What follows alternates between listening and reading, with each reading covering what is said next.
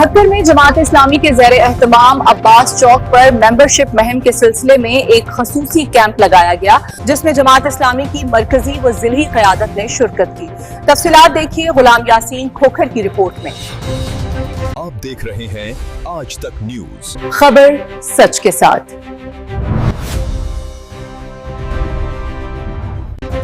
गुलाम यासीन खोखर की रिपोर्ट के मुताबिक जमात इस्लामी जिला बकर के ज़ेर एहतमाम अब्बास चौक पर मेंबरशिप मुहिम के हवाले से कैंप का इनेकाद किया गया। मेंबरशिप कैंप में deputy general secretary Jamaat Islami Pakistan Azhar Iqbal और जिले अमीर इफ्तिखार शाह और बकर के अमीर doctor Nisar, deputy secretary general शुमाली Punjab Abdul Wahab Khan Niazi, deputy secretary general Jamaat Islami शुमाली पंजाब मियां यासिर अली गुजर के अलावा दीगर रहनुमाओं ने खुसूसी शिरकत की। Deputy general secretary Jamaat Islami Pakistan Azhar Iqbal Hassan ने कहा कि नून लीग, पीपल्स पार्टी और दीगर हुक्मरान जमातें अवाम की बुनियादी हकूक देने में नाकाम रही हैं, जबकि माजी में पीटीआई भी इन्हीं पॉलिसियों का हिस्सा रही। अब वक्त आ गया है कि शख्सियात नहीं बल्कि निज़ाम को तब्दील किया जाए। उन्होंने ये बात अब्बास चौक बक्खर में जमात इस्लामी की मेंबरशिप मुहिम की तकरीब से खिताब करते हुए कही।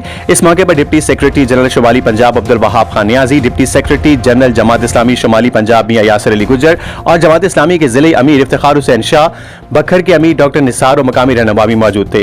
अजहर इकबाल हसन और दीगर मेहमानों का कहना था कि जमात इस्लामी मुल्क भर में 50 लाख मेंबरान और 50,000 अवामी कमेटियां तश्कील दे रही है, जबकि ईद के बाद महंगाई, बिजली और पेट्रोल की कीमतों में इजाफे के खिलाफ मुल्क गीत तहरीक चलाई जाएगी। उन्होंने कहा कि महंगाई और बेरोजगारी ने अवाम की जिंदगी मुश्किल बना दी है।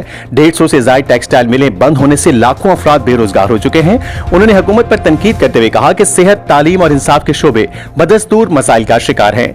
अजहर इकबाल हसन ने आईपीएस मुआहिदों, महंगी बिजली और भारी टैक्सेस को अवाम दुश्मन करार देते हुए कहा कि किसान, मजदूर और गरीब तबका शदीद मुश्किलात का सामना कर रहा है। उन्होंने अवाम से जमात इस्लामी की तहरीक का साथ देने की अपील भी की है।